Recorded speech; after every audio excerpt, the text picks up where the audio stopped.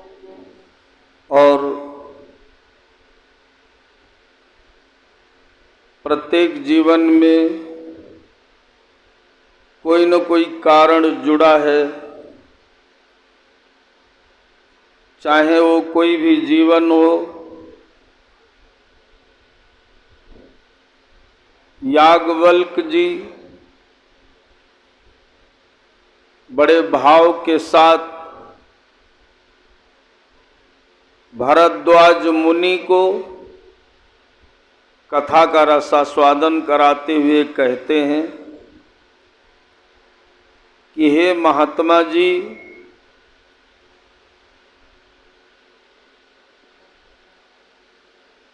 जिस समय देवी मां सती जी ने अपने शरीर को छोड़ा तो मरते समय यही वरदान मांगा था भगवान को साक्षी मान करके, जब जब मैं इस धरती पर अवतरित हूँ, जब जब मेरा जन्म इस पृथ्वी पर हो, तब तब मुझे महादेव जी के चरणों की सेवा प्राप्त हो।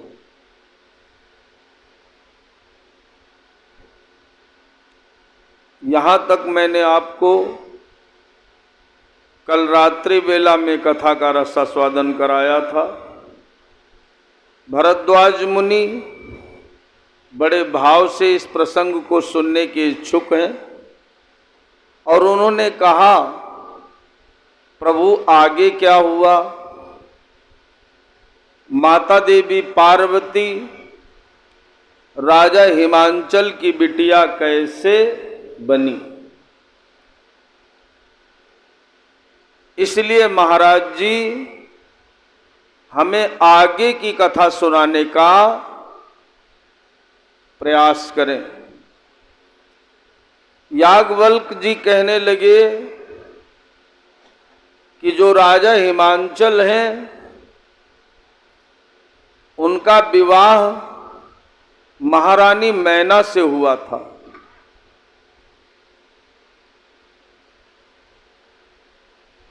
तो महाराज जी मैना जो है वो पितरों की बेटियां हैं,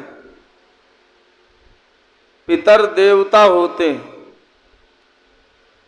और पितरों की शांति के लिए प्रयत्न जरूर करना चाहिए, तभी घर में सुख और शांति होती है। अगर परलोक में आपके पितर दुखी हैं, अगर आपके द्वारा उनको तृप्ति नहीं है, तो आपके घर में सुख शांति संभव नहीं। कहते हैं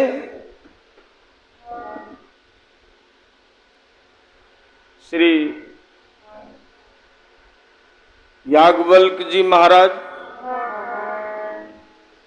कि मैना पितरों की बेटियां हैं और 3 बहनें हैं, मैना, धन्या और कलावती। मैना, धन्या और कलावती ये 3 बेटियां हैं। तीनों बेटियां सुंदर हैं और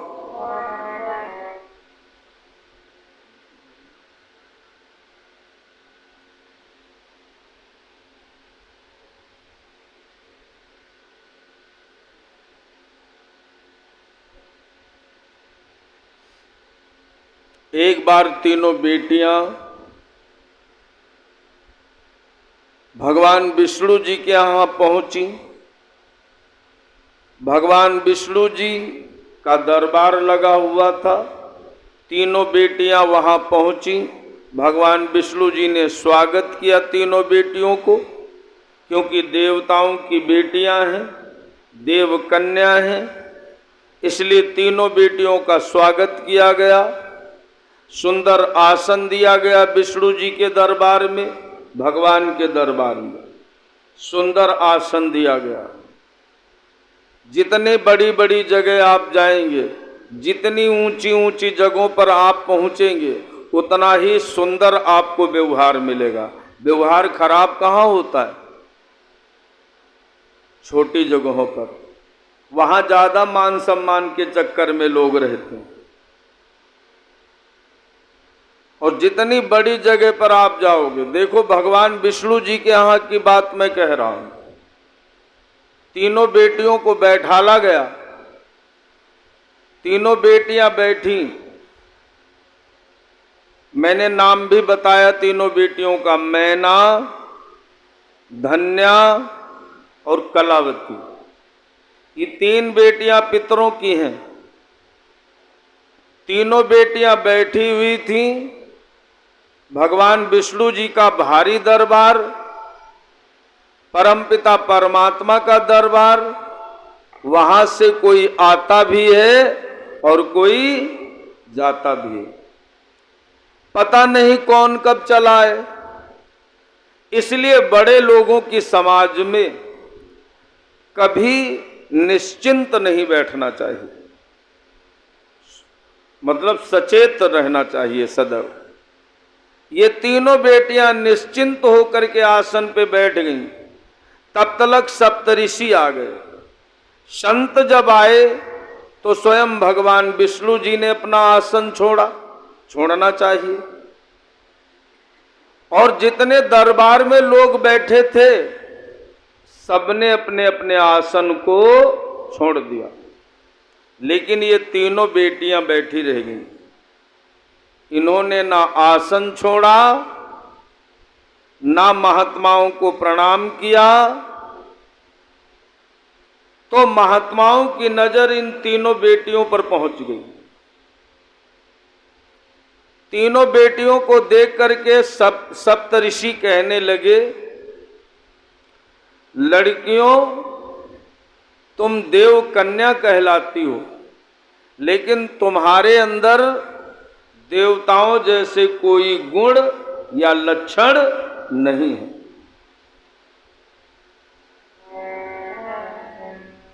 उन्होंने कहा,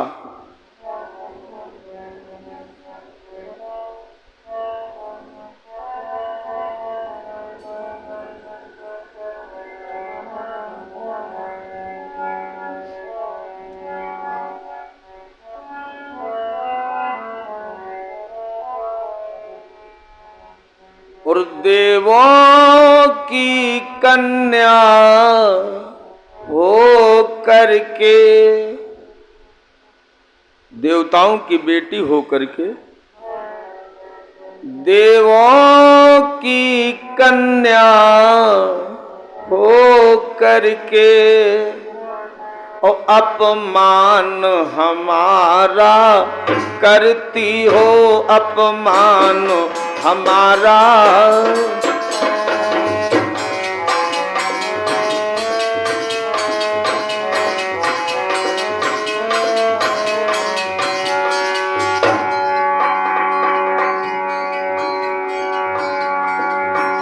देवों की कन्या हो करके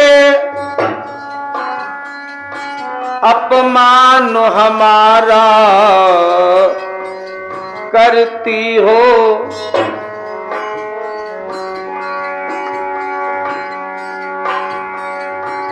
और संतों को नहीं प्रणाम किया,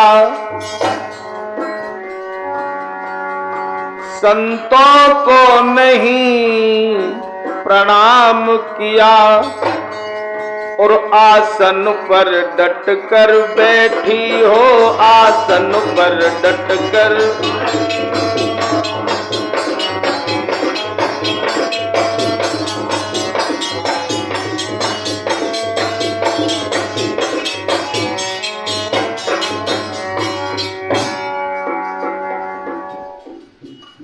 समझ लीजिए बात को। अगर आपके बच्चे बढ़िया नहीं हैं तो समाज में आपको सम्मान की प्राप्ति कैसे होगी?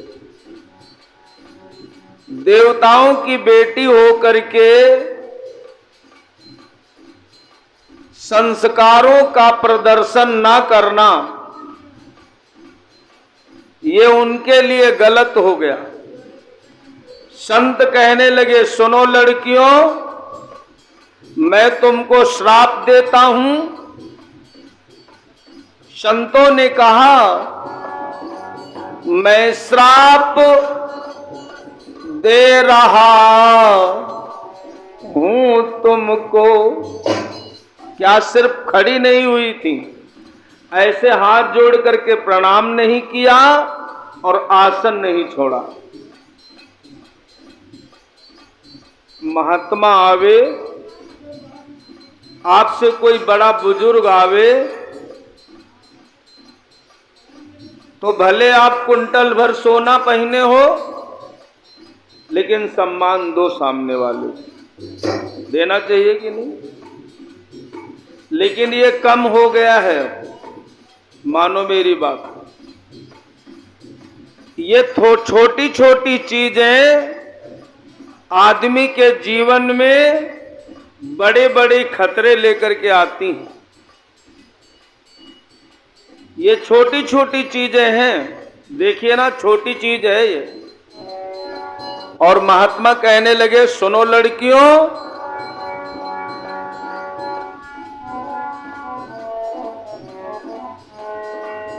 अब श्राप तुम्हें मैं देता हूं और मेरा वचन न मिथ्या जाएगा, मेरा वचन न।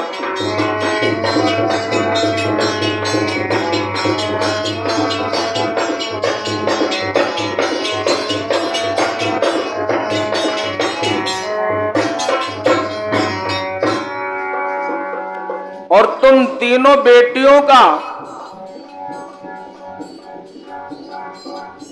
देवों के संग में न ब्याह होगा।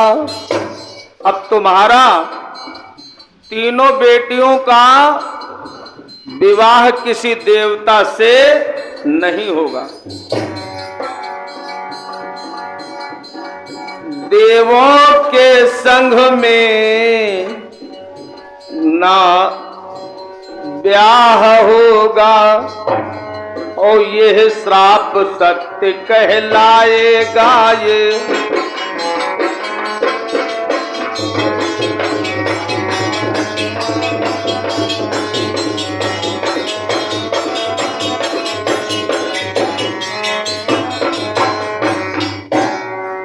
तुम्हारा किसी भी देवता से अब विवाह नहीं होगा, क्योंकि तुम देवताओं के योग्य नहीं हो।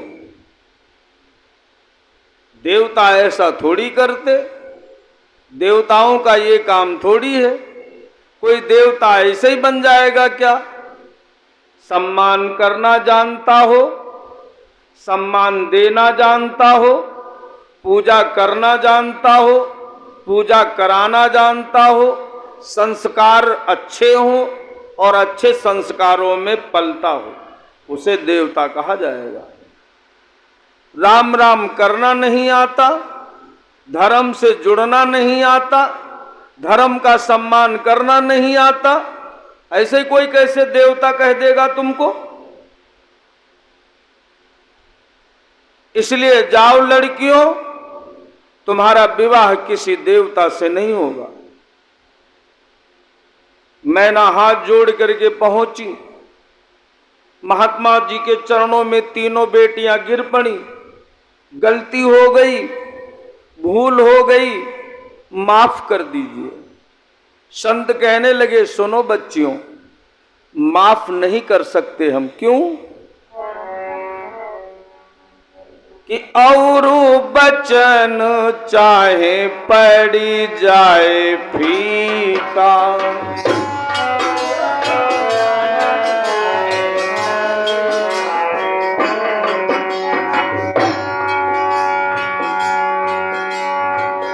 और बचन चाहे पड़ी जाए फीका,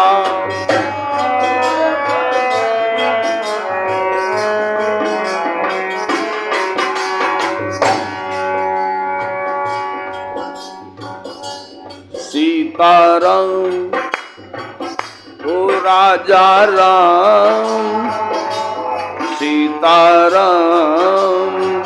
हो राजा सीताराम राजा।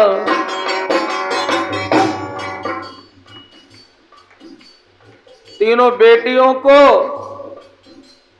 समझाने लगे महात्मा कि मैं संत हूं, मेरा वचन मिथ्या नहीं जाएगा, जो कह दिया अब वही होगा। और वचन चाहे पड़ी जाए फीका, और वचन चाहे पड़ी जाए फीका, संत बचन पत्थर की लीका।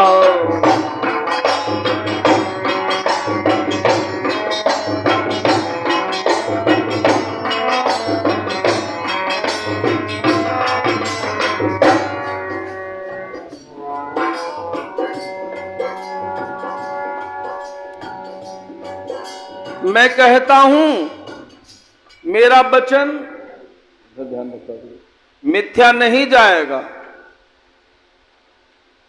तीनों लड़कियां हाथ जोड़ करके महात्मा जी के चरणों में रो करके कहने लगी, मैना बाबा जी भूल हो गई, आप तो महात्मा हैं, हमने सुना है महात्मा का मन मक्खन के समान मुलायम होता है, क्या आप इतने कठोर हो जाएंगे? तीनों बेटियां रो के कहती हैं, बाबा जी हमसे हुई गई भूल, गलती हो गई, ध्यान कहीं और था, आप आए और देख नहीं पाए हम लोग, हमसे हुई गई भूल बाबा जी हमसे हुई गई।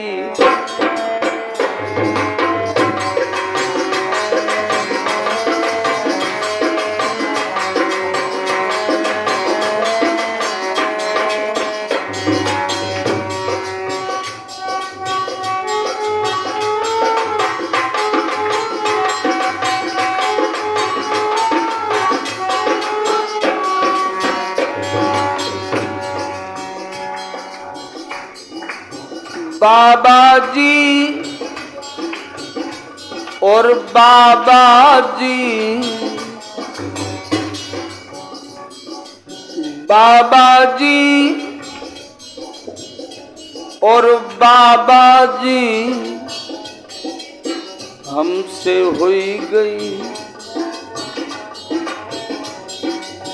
हमसे हुई गई भूल बाबा जी हमसे हुई गई।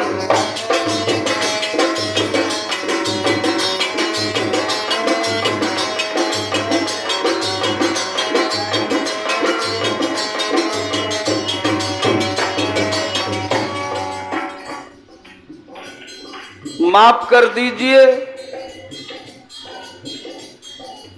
पाए पड़ूं बिनती सुन लीजे, पांव पड़ूं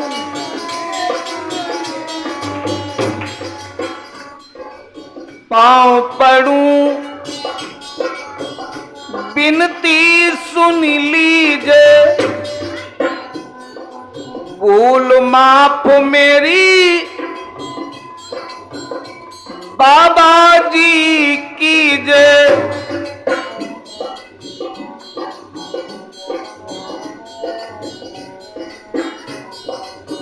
हमसे हुई गई, हमसे हुई गई भूल बाबा जी हमसे।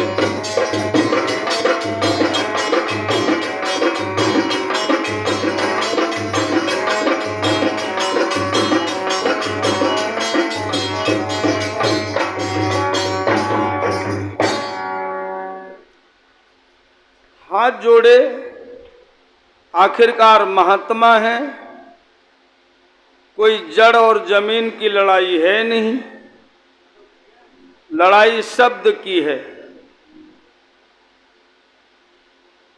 महात्मा जी ने कहा ठीक है,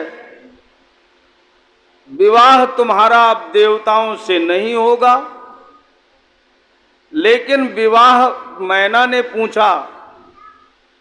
समझ में आ रही बात? मैना ने पूछा, अगर मेरा विवाह देवताओं से नहीं होगा तो फिर बाबा जी किससे होगा?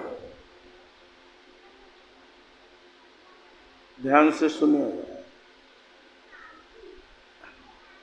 बोलो नहीं बच्चे बीच में, ठीक? बोलने की नहीं बैठा ला गया। बोले फिर किससे होगा? तो कहा पृथ्वी पर भी, मृत्यु लोक में भी देवता जैसे पुरुष रहते हैं, देवताओं जैसे पुरुष। सबसे पहले मैना से कहा, मैना तुम्हारा विवाह जानती हूं किसके साथ होगा? तो मैना का विवाह किसके साथ हुआ?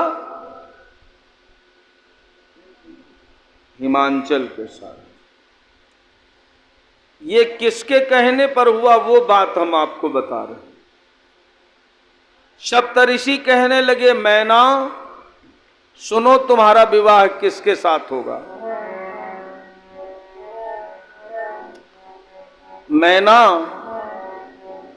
जो पर्वतों के राजा हैं, जिनका नाम हिमांचल है, जो पुरुषों में रतन है, जिन्हें पुरुषों में रत्न पुरुष कहा जाता है, इतने सुंदर हैं वो, इतने सुंदर उनके आचरण हैं, इतने सुंदर उनके संस्कार हैं, और इतना सुंदर उनका समाज में व्यवहार है। कहा, मैना तुम हिम की त्रिय कहे लाओगी, तुम राजा हिमांचल की पत्नी कहलाओगी। और जानती हो, तुम हिम की त्रिय कहे लाओगी, और एक सुंदर बिटिया पाओ।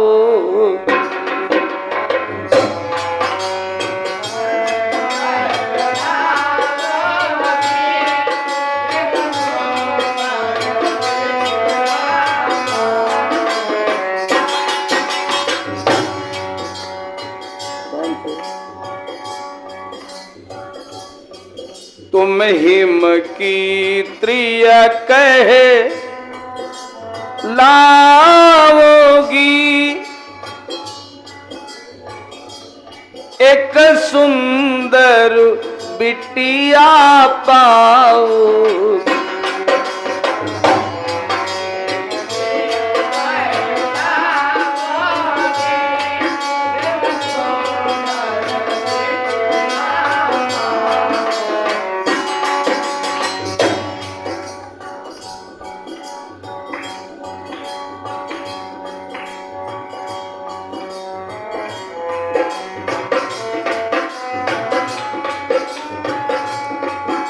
उन्होंने कहा, सप्तऋषि कहते हैं, मैना शिव जी बनी है दामाद तेरे, ये भोलेनाथ तुम्हारे दामाद होंगे। और भोलेनाथ अच्छा नहीं, बढ़िया दामाद मिल जाए क्या कहना, लेकिन बढ़िया मिले, बड़ा मुश्किल है बढ़िया मिलना।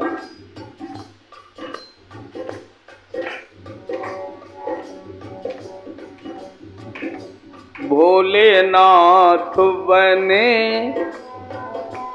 दामाद तेरे,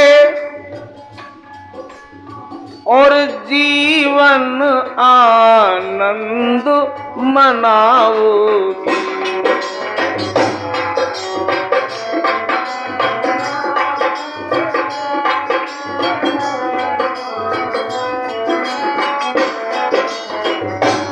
भोलेनाथ बने दामाद तेरे, जीवन आनंद मनाओगी।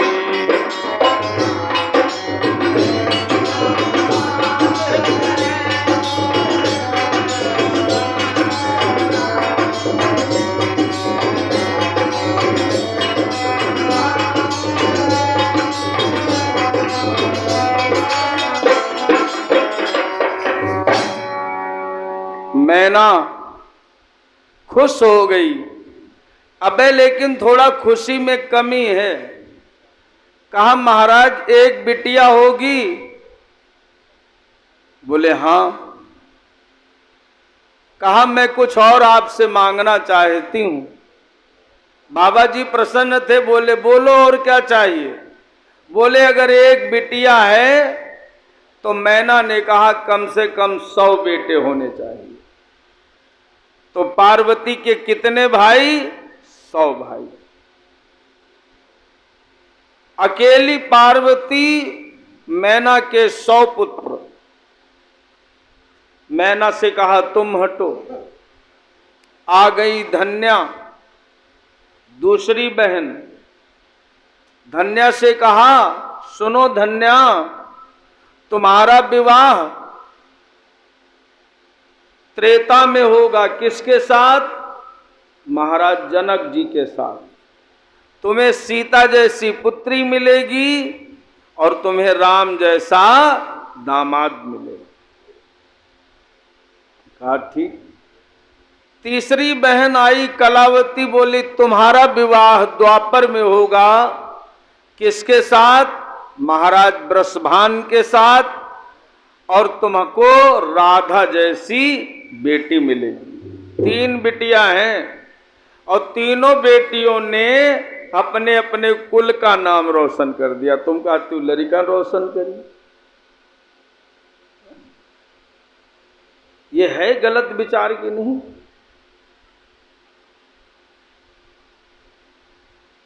लड़का हुई गए पीछे, बेटी हो गई आगे।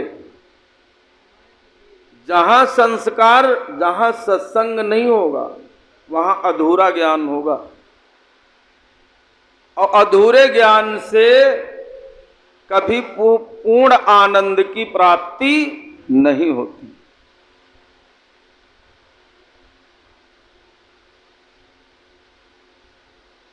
राजा हिमांचल के साथ में मैना का विवाह हुआ। पार्वती जैसी बेटी प्राप्त करने के लिए राजा हिमांचल ने माता आदिशक्ति जगदम्बा मां की बहुत कठिन तपस्या की। और जगदम्बा मां की जब तपस्या की राजा हिमांचल ने,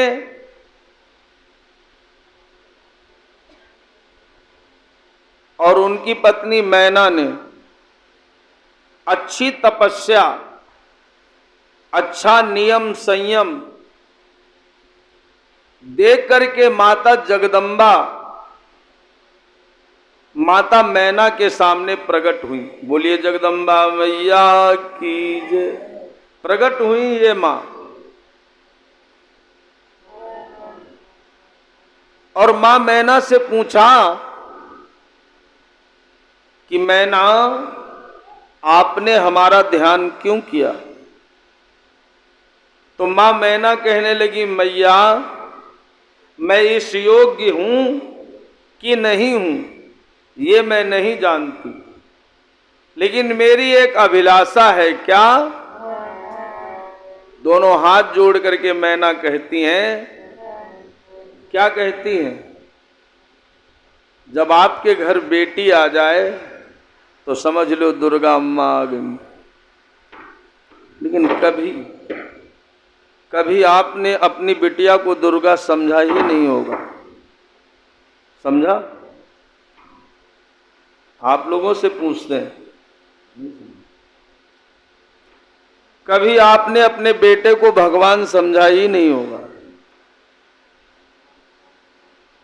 समझते हो आप? जिससे आप ज्यादा प्यार करते हो, जिससे आप संसार में ज्यादा प्यार करते हो, वो केवल आपकी औलाद है। मानिए इस बात, जिसके लिए आप दिन रात एक करते हो, जिसके संवरने में, जिसको सजाने में आप अपना जीवन खपा देते हो, भजन कीर्तन किनारे रख देते हो, बेटा बन जाए बेटी बन जाए,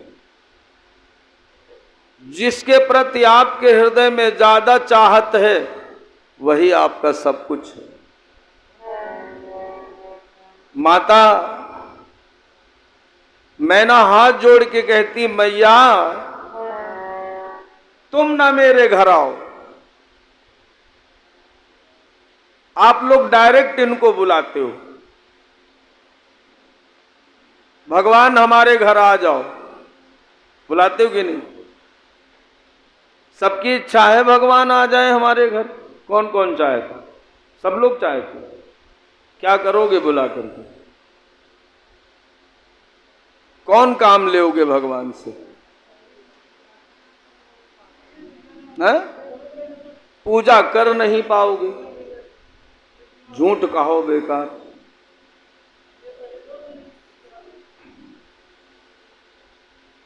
भगवान की कहां पूजा कर पाओगे? जहां 4 बजे सुबह उठ करके माखन मिश्री का भोग लगाना पड़ा और 3 बजे रात में स्नान करना पड़ा, तहां 15 दिन में कहने लगोगे भगवान कब जई हो।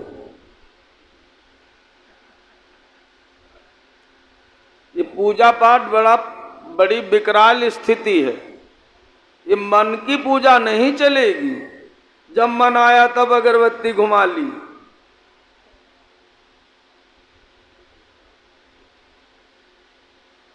हम लोगों से पूछो, जब गुरु लोगों के साथ में होते हैं तो सामय को आदेश हो जाता है 5 बजे सबको रेडी होके नीचे आना, चाहे 4 बजे सो जा करके और चाहे 8 बजे सो जाओ। 5 बजे जग करके मंदिर का घंटा बजाना है सभी ग्वाल शिष्यों को, और नहीं जो उठा कोई तो सुबह परिणाम ठीक नहीं होगा। तो डर के मारे सब उठ उठ के नीचे आते हैं।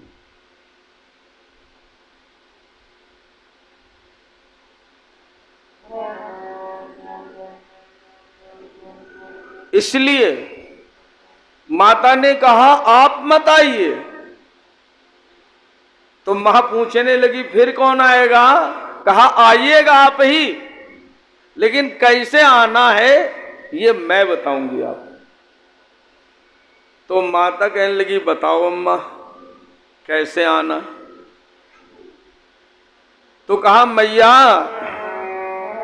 लली बन के आए जाओ, मेरी बिटिया बन के आओ। लली बन के आए जाओ, मामोरे अंगना लली बन के।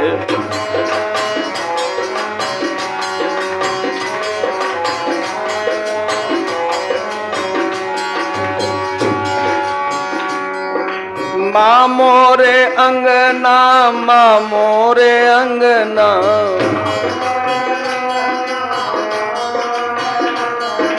मामोरे अंगना, मामोरे अंगना, ना लली बन के आए जाओ मामोरे अंगना।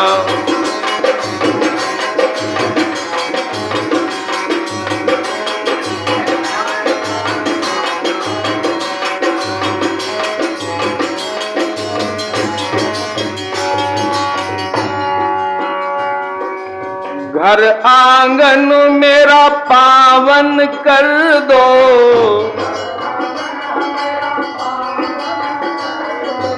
पावन कर दो, पावन कर दो,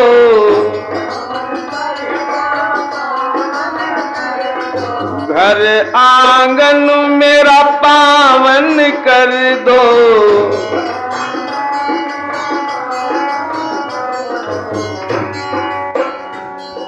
बन जाओ माँ, बन जाओ माँ मेरे जीवन का गहना। एक एक बात पर ध्यान दीजिएगा। बेटी और बेटे से ही माँ बाप का जीवन सजता है कि नहीं? बेटी खराब हो जाए, बेटा खराब हो जाए, चाहे जितने सजो सब बेकार है कि नहीं?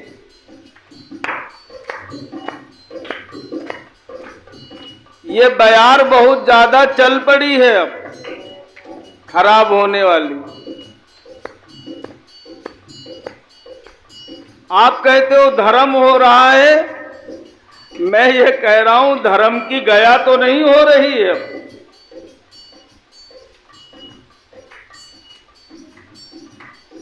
धर्म कहीं ऐसा होता है? धर्म ये कहता है कि तुम माँ बाप का सम्मान ले डालो।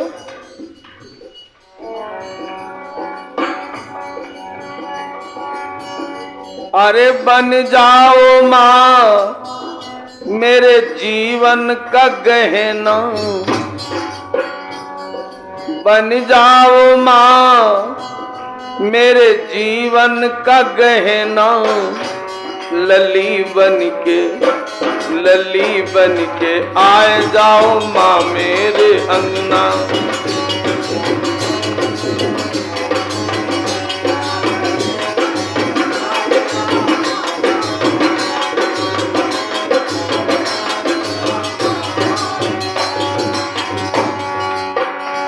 अरे माँ मोरे अंगना, माँ मोरे अंगना,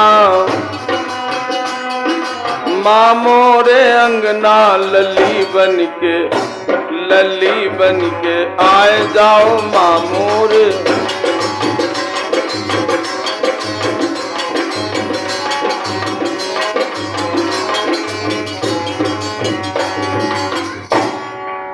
कहा ठीक है, मैं बेटी बन करके आऊंगी।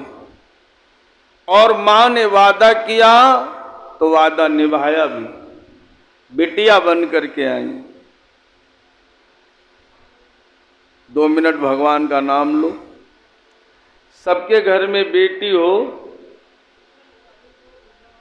और अच्छी बिटिया हो।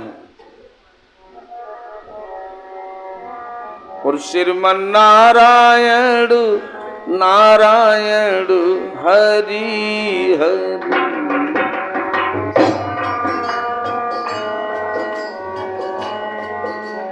थोड़ा ऊंचा बोला करो। श्रीमन नारायण नारायण हरि हरि।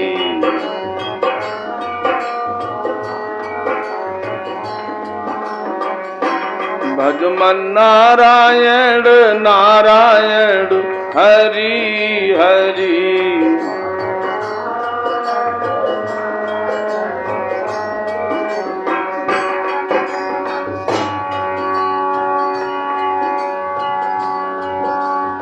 जो नारायण नाम लेती है,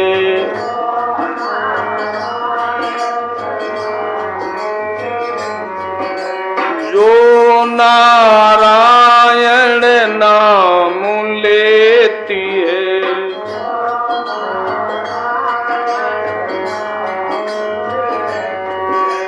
नाम लेती है जी नाम लेती है।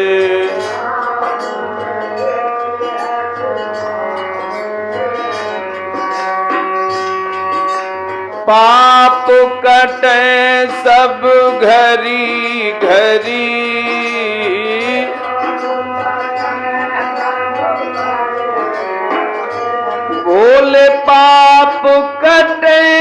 सब घरी घरी।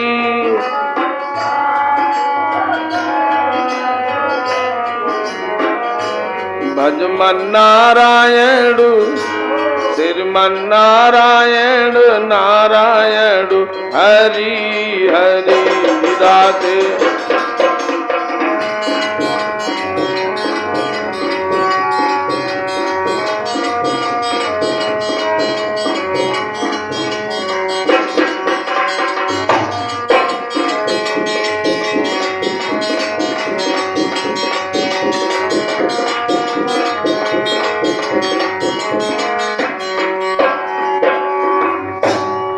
बोलिए गोविंद भगवान की जय।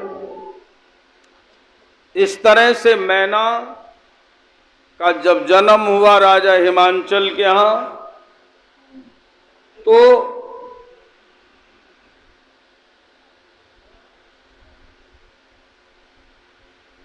अब देखिए जहां पर एक बिटिया आती है वहां का वातावरण कैसे चेंज होता है। और यहां बेटा जन्म ले ले या बिटिया जन्म ले, देवरानी जेठानी 3-4 जनी हैं एक ही घर में, 2 जनिंत बोल चाल है, 2 जनिंत नहीं। तो जो घर में बच्ची जन्मी है इसका असर उसके ऊपर होगा कि नहीं होगा।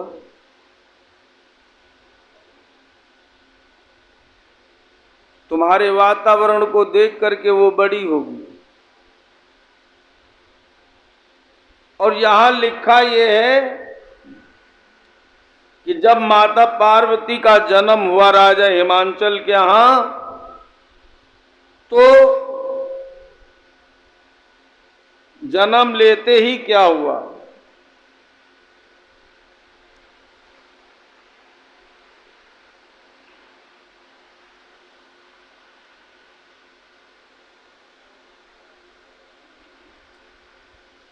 जन्म लेते ही क्या हुआ,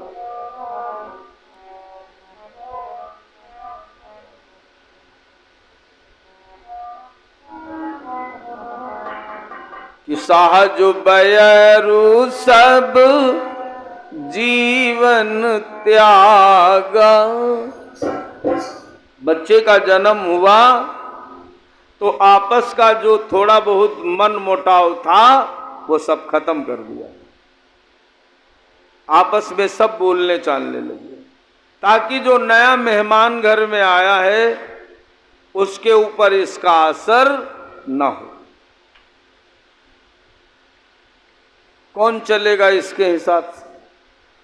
जो इस हिसाब से चलेगा घर उसी को अच्छा लगेगा और उसी व्यक्ति को घर के लोग भी अच्छे लगेंगे। लिखा है कि साहज बयरु सब जीवन त्यागा। समझ में आ रही बात? फिर से दोहरा देता हूं, और बात को सुनना तो ले करके जाना, ऐसा ना हो रास्ते में छोड़ देना, तब आनंद मिलेगा। वरना चाहे जितनी कथा भागवत सुनो आनंद नहीं मिलेगा। ये बात छोड़ देना। क्या लिखा है कि सहज बयरु सब जीवन त्यागा, गिर पर सकल करहि अनुरागा।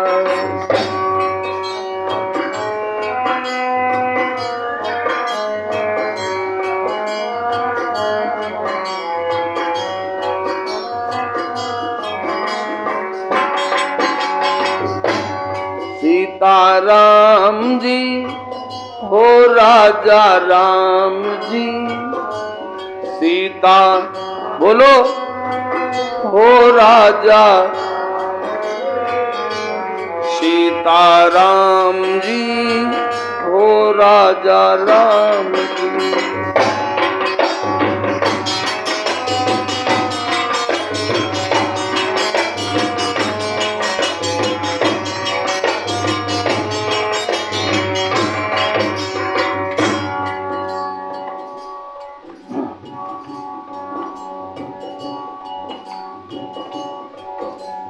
बड़ा आनंद आता है जब घर में सब अच्छा होता है। घर में 4 लोग हैं, उसमें से आपस में कोई नहीं किसी से बोलता। अभी जल्दी में मेरे सामने एक भाई कहने लगा कि हमारे भाई भाई में न जाने क्या बिगड़ गया, न उनको देखे हम खुश, न हमको देखे वो खुश। मैंने कहा बड़ी अच्छी बात, तो ये नहीं होना चाहिए। जहां ये स्थितियां हैं वहां तो बिल्कुल आनंद नहीं होगा। जब ईर्ष्या की लपटें बढ़ रही होंगी तो आनंद कहां से आएगा। देखिए यहां पर आनंद है। पार्वती जहां आई हैं वहां सब आनंद से रहते हैं मिलजुल करके। आदमी नहीं, सरिता सब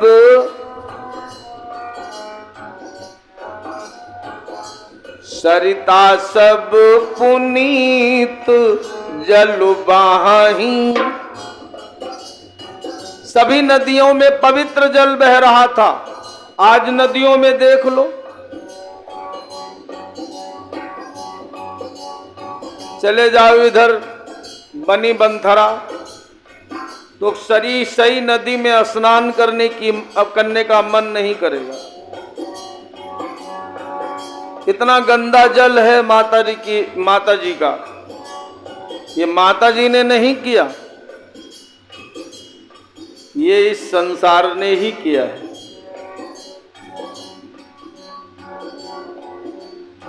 यहां लिखा ये है, सरिता सब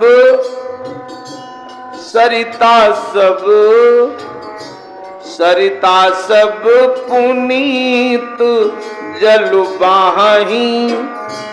खग मृग सुखी मधुप सब राहीं।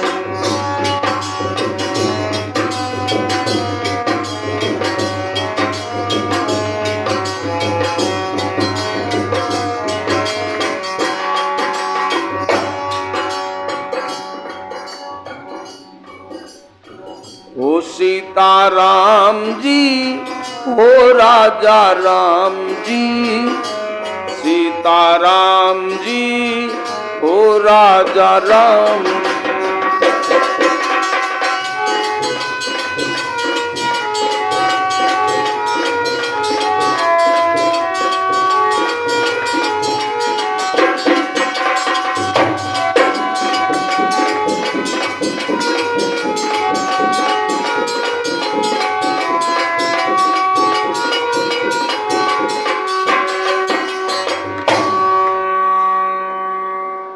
इतनी सुंदर व्यवस्था राजा हिमांचल के यहाँ पड़ गया बिछौना। आ गई माताएं और बिटिया के जन्म की बजने लगी बधाई। परीक्षित जी बधाई दो।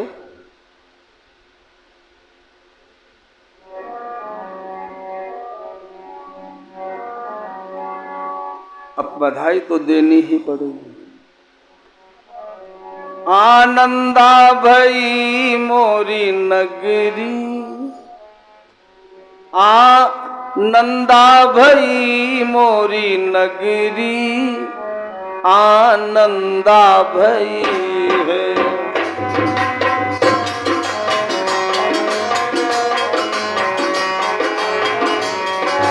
नंदा भई मोरी नगरी, आनंदा भई है।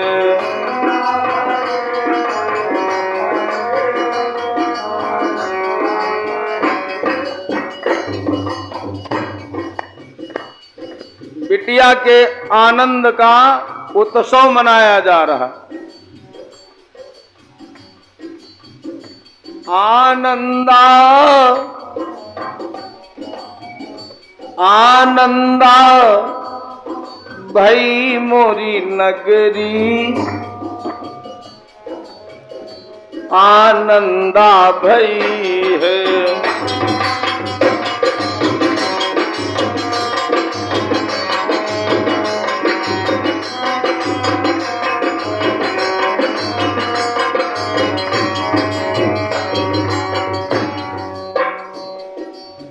माँ मैना, माता मैना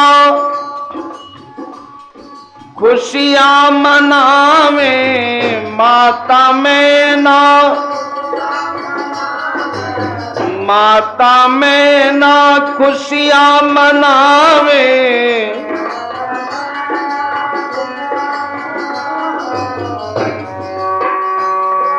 खुशियाँ मनावे, खुशियाँ मनावे।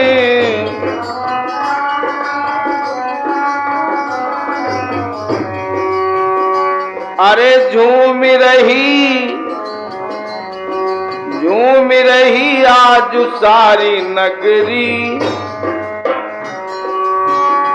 अरे झूम रही आज सारी नगरी, आनंदा भई है।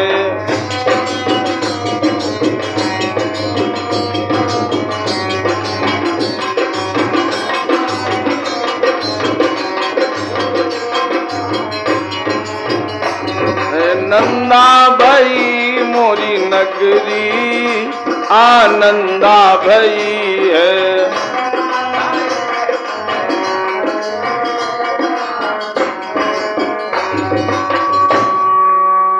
माता मैना के यहाँ बेटी के जन्म का आनंद मनाया जा रहा। इधर देव ऋषि नारद को पता चल गया कि आदि शक्ति माता जगत की जननी का अवतार बेटी के रूप में माता मैना के यहाँ हो गया। बीड़ा बजाते हुए देव ऋषि नारद राजा हिमांचल के यहाँ पहुंच गए। जैसे ही राजा हिमांचल ने देव ऋषि नारद को देखा, सुंदर आसन दिया और माता मैना को बुलाया। देव ऋषि नारद के चरण धोए गए और सारा चरणोदक पूरे घर में छिड़का गया। बाधा बलाए दूर। सोच समझ करके नहीं, महापुरुष लोग आ ही जाते हैं जब भाग्य अच्छा होने वाला होता है, जब पुण्य का सूरज उदय होने वाला होता है, तो अच्छे लोग अच्छे रास्ते अपने आप आपको मिलते चले जाते हैं। ये निश्चित। राजा हिमांचल ने देव ऋषि नारद को न्योता तो नहीं भेजा, अपने आप आ गए। तो क्या किया देखिएगा जरा, बढ़िया बात। कि नारी सहित मुनि पद सिरो नावा,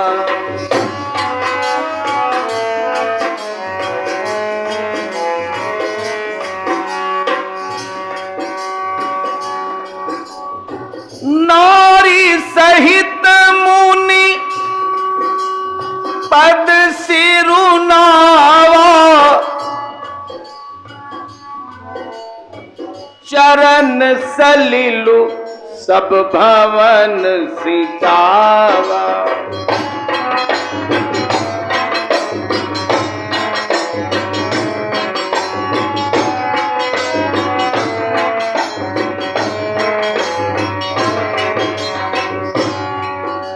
सारे घर में चरणोदक से छिड़काव करवा दिया। फिर राजा हिमांचल ने कहा मैना से इशारे में, क्या समझ रही हो, ये महात्मा बड़े पहुंचे हैं, त्रिकालदर्शी हैं, मौका अच्छा है, बिटिया को ले आओ, बाबा जी से आशीर्वाद ले लो।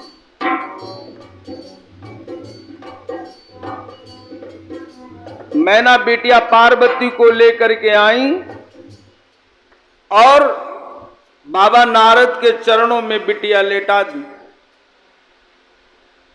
नारद जी ने आशीर्वाद दिया तो दोनों पति पत्नी कहने लगे, बाबा कैसी होगी हमारी बिटिया, जरा बिटिया का भाग्य बता दीजिए, जरा बेटी, हमारी बेटी कहाँ ब्याही जाएगी, कैसा हमारा दामाद होगा वो भी बता दीजिए। बाबा नारद कहने लगे, सुनो कितनी बढ़िया बात बताई। कहा, सुंदर सहज, एक एक चीज पे ध्यान देना, पढ़े लिखे सब लोग हैं। बेटी कैसी होनी चाहिए? सुंदर तो होनी ही चाहिए। जो सुंदर नहीं हुई तो दहेज ज्यादा देना पड़ेगा। इसलिए भगवान जिसको बेटी दे तो भगवान सुंदर दे। फिर क्या लिखा? सुंदर सहज सुशील सयानी,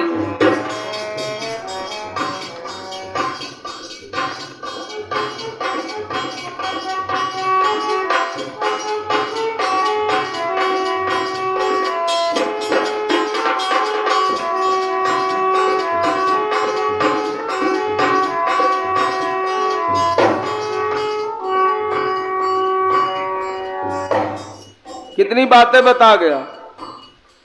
सुंदर, सहज माने सरल, सुशील सयानी, नाम उमा अंबिका भवानी,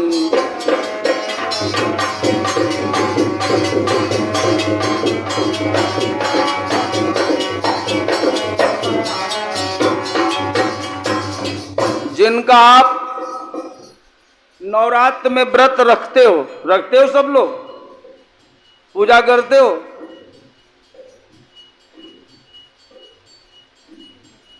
करते हो, ठीक। अच्छा, मेल करो कैसा मैं जो बता रहा हूं उससे अपने आप को मिलाओ। थोड़ा बहुत अंतर चलता है, अब अंतर इतना हो तो नहीं चलेगा। इनके विषय में क्या कहा गया?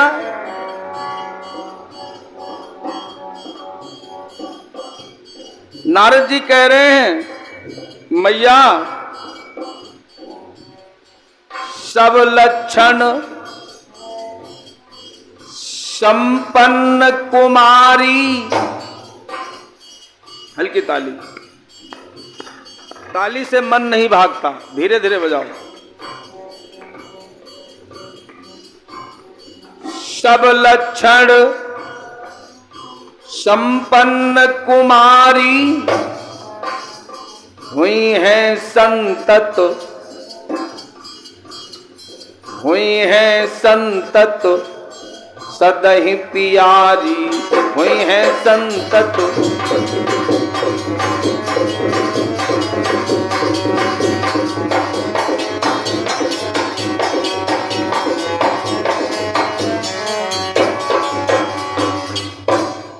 हुई है संतत सदहि प्यारी। संतत माने संत कहा गया। आपका पति चाहे जैसा हो, आप हर तरह से प्रयास करके उसे साधु बनाने का प्रयास करो, संत बनाने का। संत का मतलब ये नहीं है दाढ़ी जटा रखा ले। संत का मतलब है सदाचारी हो, सुंदर आचरण वाला हो। हुई है संतत सदहि प्यारी। भोले बाबा साधु हैं। नारद जी कह रहे हैं तुम्हारी बिटिया इतनी सुंदर होगी कि अपने साधु जैसे पति को हमेशा प्राणों के समान प्रिय होगी। दूसरी बात, अब आइए पूजा वाली बात पर। जो अपने पति को प्राणों के समान प्रिय होगी और ऐसी स्त्री की पूजा करके जितनी संसार की पतिव्रता स्त्रियां हैं वो सब पतिव्रत रूपी तलवार की धार पे चढ़ जाएंगी। इनकर नाम सुमिर संसारा, त्रिय चढ़ी है पतिव्रत यश धारा। स्त्रियां पतिव्रत रूपी तलवार की धार पर चढ़ जाएंगी। और सुनो मां मैना, अब तुमने पूछा मेरा दामाद कैसा होगा, तो सुनो मैया, जोगी जटिल काम मन। दामाद के विषय में बता रहे हैं नारद जी।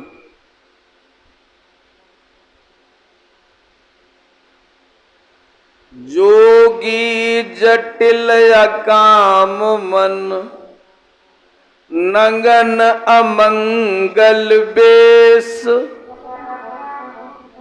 अस स्वामी यही का मिले,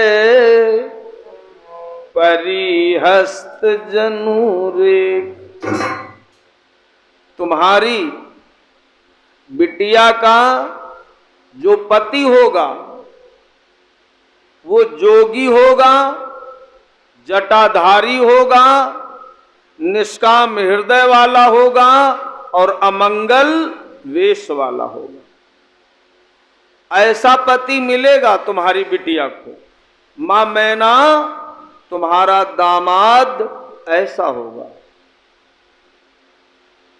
ठीक नहीं दामाद? आपको कैसा लग रहा है? कैसे ठीक है? अभी तुम्हारी बिटिया के विषय में कोई ऐसा लेके आ जाए कि चले जाओ, बड़े बिहाव करावे वाले आए हो,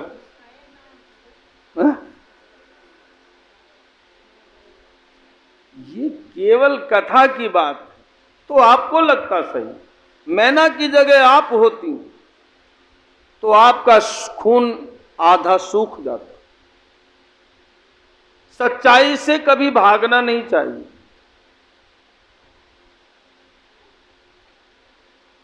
मां मैना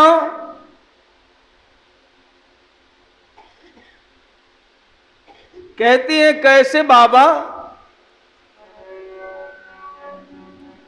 कैसे? तो कहा बाबा जी कोई ऐसा उपाय नहीं ये दामाद बदल जाए?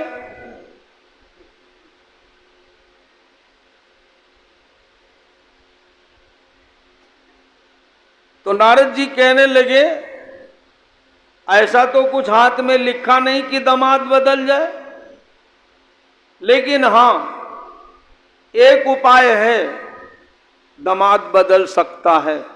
कैसे? बाबा जल्दी बताओ। जो आप बताओगे वो मैं सब करूंगी। अब इस जगह कोई लालची बाबा होता, कहता 11,000 रुपया भरी हैं, दामाद बदल जाएगा। अम्मा 11 ने 21,000 देने के लिए तैयार। इसी चीज का आज के समय में जो लालची प्रवृत्ति के लोग हैं वो मौके का फायदा उठा लेते, और ऐसे लोग ना अपना भला करते हैं ना जजमान का भला करते हैं, दोनों का नुकसान होता है। विद्वान को जैसे कोई पढ़ लिख करके बढ़िया बन गया, उसे ज्ञान हो गया, तो वो किसी को ऐसे अगर लूटेगा तो जीवन में वो अगले जन्म में तो बिल्कुल वो पागल ही रहेगा। क्योंकि भगवान ने विद्वता इसलिए नहीं दी कि तुम किसी का उसके सहारे शोषण करो, इसलिए नहीं दी किसी को बउआ बनाओ। लोग फायदा उठाते हैं, लेकिन क्या वो कुशल से रह पाते हैं? जरा उनके जीवन में झांक के देखो कितना अंधेरा है। बाबा ने कहा, नहीं मैया, मैं एक उपाय बताता हूं। क्या? तो अम्मा बड़े ध्यान से सुनने लगी कि बताओ बाबा, तुम तो वैसे बता दीनो, कहाँ मेरी बिटिया, कहाँ राजा की बिटिया, और कहाँ ब्याही जाए फक्कड़ को।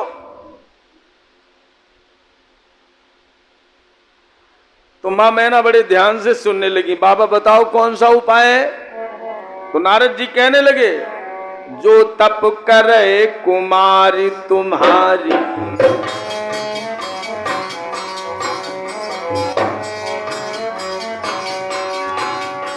कहने लगे मैया, जो तप करे कुमारी तुम्हारी, जो तप करे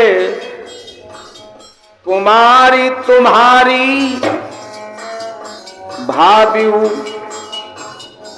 भाव्यू मेट सके त्रिपुरारी, भाव्यू।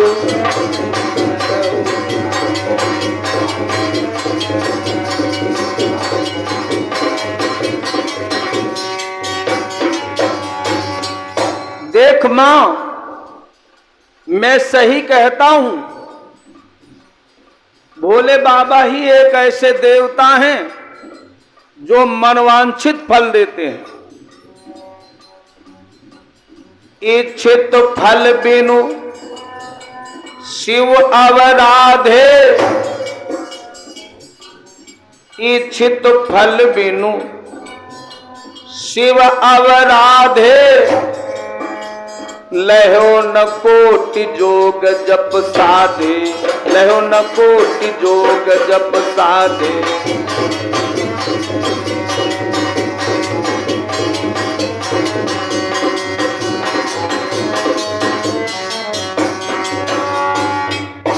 इच्छा के बगैर मां मैना से ऐसा कह करके नारद बाबा ने तो विदा ले ली। कहा तेरी इच्छा हो मैया तो बिटिया से जब तब कराना, और इच्छा हो तो जब तब ना कराना। नारद बाबा तो चले गए। मां मैना राजा हिमांचल के पास में आई।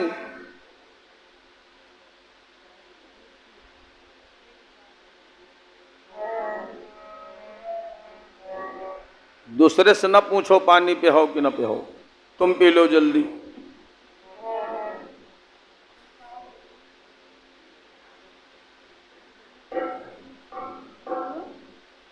फिर पूछ रहे हो।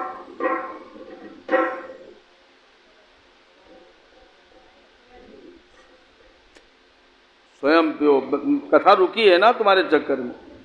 बोल गोविंद भगवान की जय। बंद कर दो ढक्कन।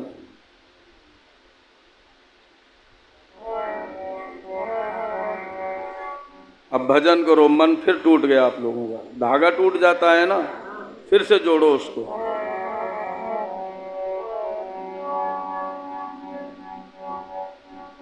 श्रीमन नारायण नारायण हरि हरि भजमन।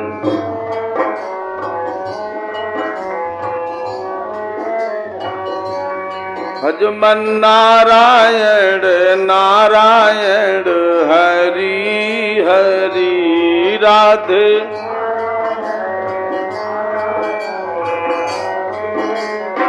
बढ़िया बोलो, ऊंचे आवाज में।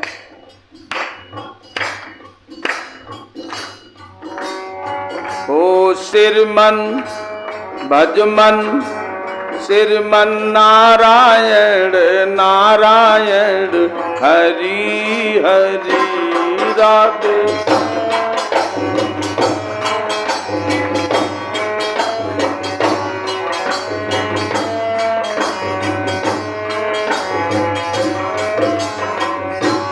श्रीमन नारायण नारायण हरि हरि राधे।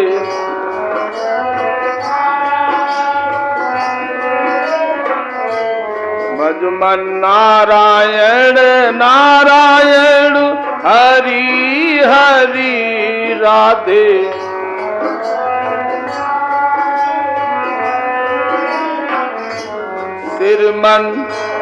श्रीमन नारायण नारायण हरि हरि राधे।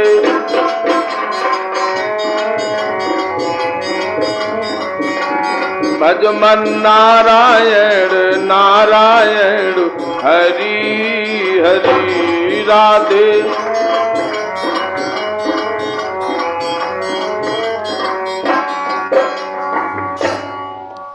माता मैना ने राजा हिमांचल के हाथ जोड़े और कहा, एक निवेदन आपसे करना चाहती हूं।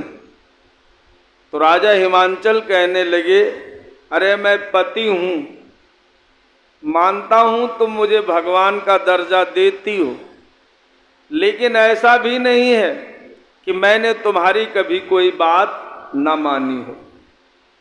बोलो तुम्हें क्या कहना है। कहने लगी, जब से बाबा जी गए हैं तब से पार्वती को लेकर के मन में चिंता बैठी है, और उस चिंता से मुक्त होने के लिए मैं आपसे एक प्रार्थना करना चाहती हूं। क्या? कहने लगी मां मैना कि सुनो, जो घर बैरु कुल होए अनूपा, घर अच्छा हो, कुल अच्छा हो, बर अच्छा हो। कई चीजें बताई? 3 चीजें। कौन कौन सी? घर अच्छा हो, बर अच्छा हो, कुल अच्छा हो। तो ये आप सत्य मानो, बिटिया को जीवन में सुख की प्राप्ति संभव। अब ये 3 चीजें देखी नहीं जाती। लड़का कैसे है और करतिका है। लड़का कैसे करतिका है, लड़का अक्यालय होए, देखा जाता कि नहीं? क्यों? 4-6 भाई हों तो और बढ़िया है, लेकिन आज बढ़िया नहीं है। दब के रह लेना पसंद है, दब के चलना पसंद है, लेकिन मेहनत करना पसंद नहीं। और तभी ना, आजकल आप देखो छोटे छोटे बच्चों को शुगर होने लगा। इसका मतलब क्या है? कम मेहनत करना। मेहनत ज्यादा हो, शरीर से पसीना निकले, ना उगर ना शुगर।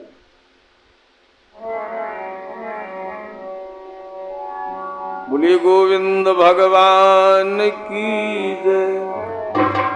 जरा सोचो आप।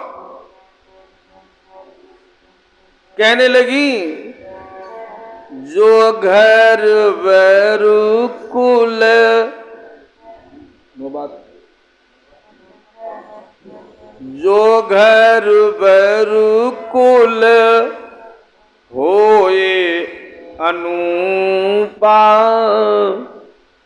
बढ़िया हो, करेबु विवाहु सुता अनुरूपा।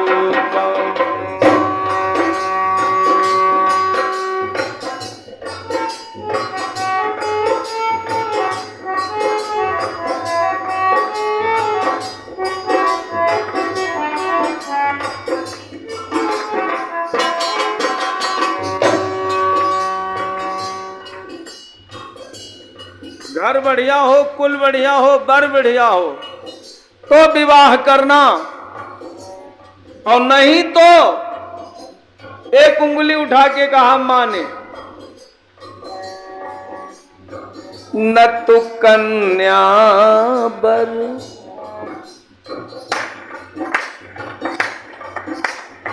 मुझे आनंद आ जाता तो मैं बाजा वाजा बजाना।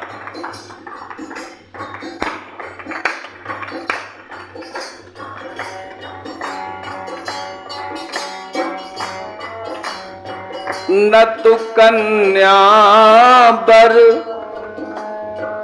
रहाई कुमारी, कंत उमा मम प्राण प्यारी।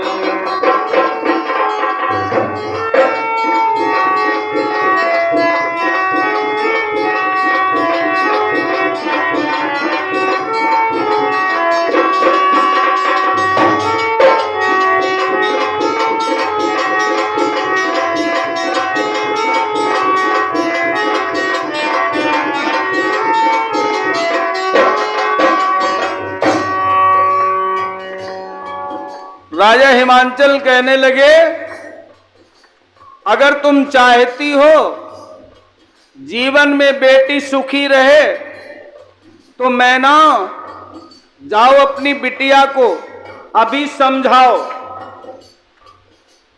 ये मां का काम है, बाप का नहीं।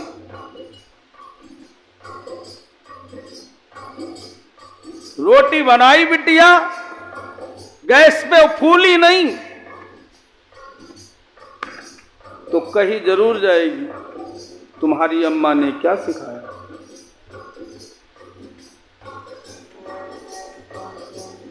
सीताराम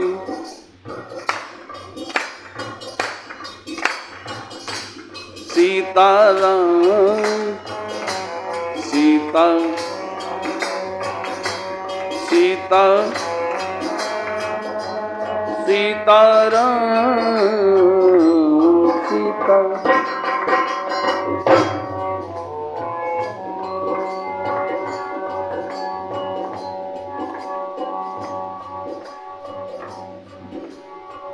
जाओ मैना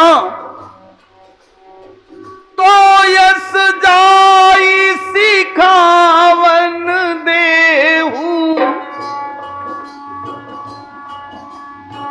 तो यस जाई सिखावन देहू,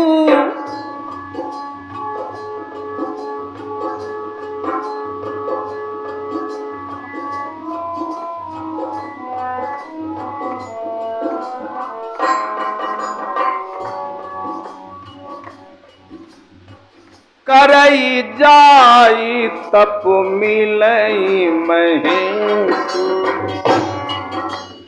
तोस जाई सिखावन देहू। तपस्या करे जाकर के बिटिया तुम्हारी। तो 5 वर्ष छोटी सी बिटिया पार्वती एक दिन अपनी मैया से कहने लगी, मां, माता पार्वती अपनी मां मैना से कहती, मां लगन मेरे लागी, लगन मेरे लागी, तप करने की लगन में।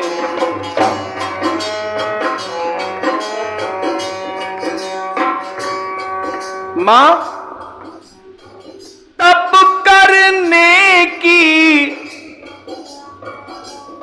मैया मेरी, मैया मेरी, मैया तप करने की, वो तप करने की लगन मेरे, लगन मेरे लागी, तप करने की लगन मेरे।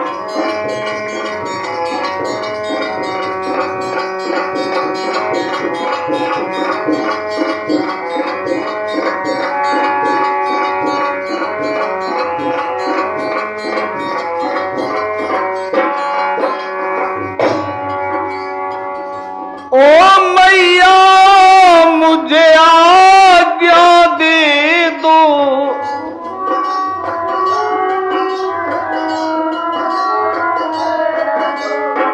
ओ मैया मुझे आज्ञा दे दो,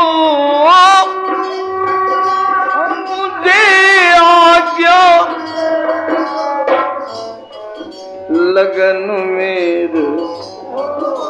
लगन मेरे लागी, शिव जपने की लगन मेरे लागी।